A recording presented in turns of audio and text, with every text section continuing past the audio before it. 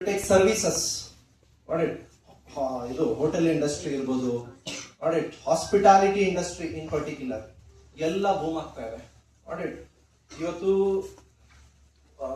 there was a time about 15-20 ಗಿಂತ ಮುಂಚೆ, post 2000 was when IT era started in Bangalore, in particular Bangalore. ಅವಾಗೇನ IT S.M. Krishna, when he became the chief minister, that day he told, ನಾನು ಈ ಕರ್ನಾಟಕ ಬೆಂಗಳೂರನ್ನ ನಾನು Singapore ಮಾಡ್ತೀನಿ ಅಂತ ಹೇಳಿದ್ರು. and that is when came your IT boom. what it ಅವಾಗಿಂದ growth is exponential, incremental ಇಲ್ಲ, exponential ಒಂದೇ ಸರಿ.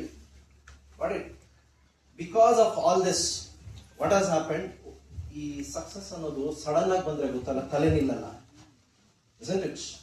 Sudden growth is always dangerous, and you are able to see some of the examples. ಯಾವುದು ಒಬ್ಬರು ಜೈಲಲ್ಲಿದ್ದಾರೆ ಅಷ್ಟೇ, ನಾನು ಹೆಸರು ಹೇಳ್ತಾ ಇಲ್ಲ. I think you people understood about whom I am talking. Correct? Overnight success, this is the problem.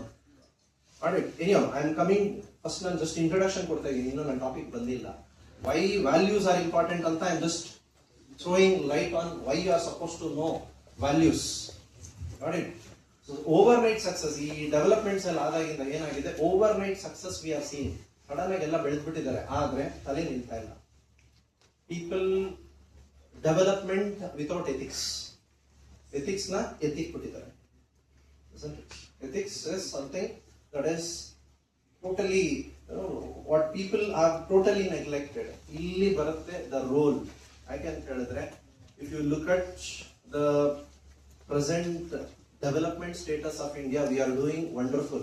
GDP growth rate is more than 6, somewhere around 5.7 range alli ide, and compared, and we are also almost third or fourth largest economy, isn't it?